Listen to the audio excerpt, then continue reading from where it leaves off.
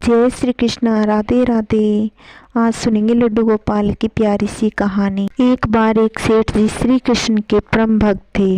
वह घर पर लड्डू गोपाल जी ले आए और सेठानी से कहने लगे कि इनकी सेवा करना, इनको सुबह शाम भोग लगाना। सेठानी को उनकी सेवा करना बहुत मुश्किल लगता था।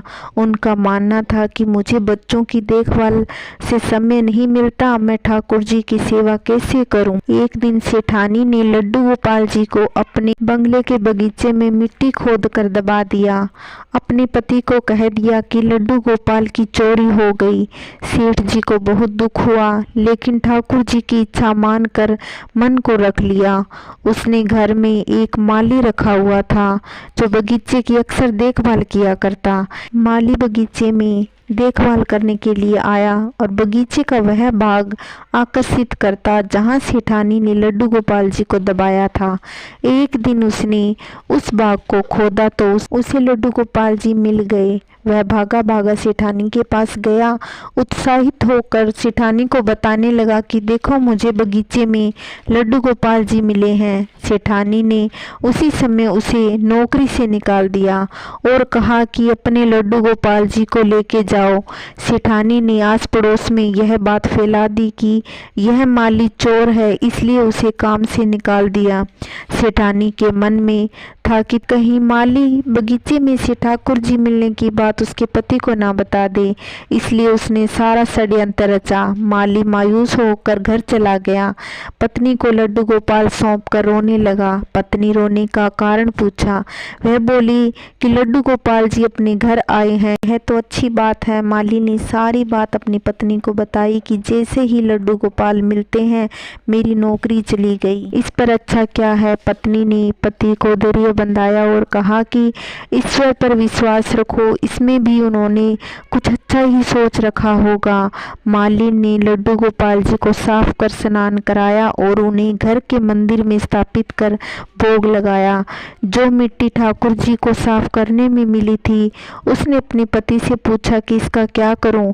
माली ने कहा कि बाहर आंगन में इतनी सारी मिट्टी पड़ी है, उस पर ही फेंक दो। पत्नी ने मिट्टी बाहर पड़े ढेर पर फेंक दी। अब माली का 2 वक्त का गुजारा भी बहुत मुश्किल से हो रहा था। उसके चोर होने की झूठी खबर के कारण उसे सभी ने नौकरी से निकाल दिया।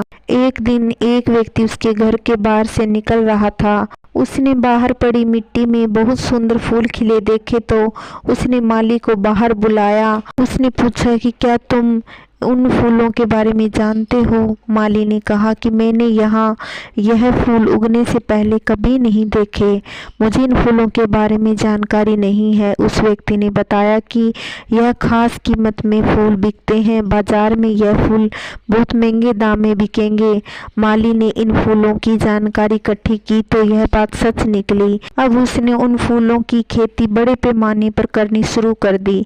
कुछ ही वर्षों में वह धनवान बन गया। उन दोनों पति पत्नी ने निश्चय किया कि ठाकुर जी की सेवा में विघ्न ना पड़े, इसलिए हम बच्चा नहीं करेंगे। ठाकुर जी की सेवा हम बच्चे की तरह करेंगे। एक दिन उस माली के घर एक भिखारिन भीख मांगने आई। माली ने उसे पहचान लिया। माली ने कहा कि सेठानी जी, आप भीख क्यों मांग रही हो। भिखारिन ने कहा कि मैं तुम्हें पहचान नहीं पाई। माली ने कहा कि मैं वही माली हूँ जिसे आपने मुझे झूठे चोरी के इल्जाम लगाकर नौकरी से निकाल दिया था। मैं आज तक इस बात से परेशान हूँ कि आपने ऐसा क्यों किया था।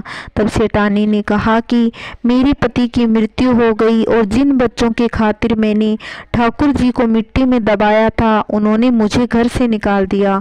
अब मैं भीख मांगकर गुजारा करती हूँ। मैंने तुम पर झूठा इल्जाम इसलिए लगाया कि तुम बगीचे में लड्डू गोपाल जी के निकलने की बात सेठ जी को ना बता दो। माली ने कहा कि आप परेशान न हो, आज से मैं आपकी सेवा करूंगा। आपकी वजह से मुझे लड्डू गोपाल जी मिले, उन्होंने मेरा जीवन बदल दिया। बोलो लड्डू गोपाल की जय। बोलो राधा कृष्ण भगवान की जय।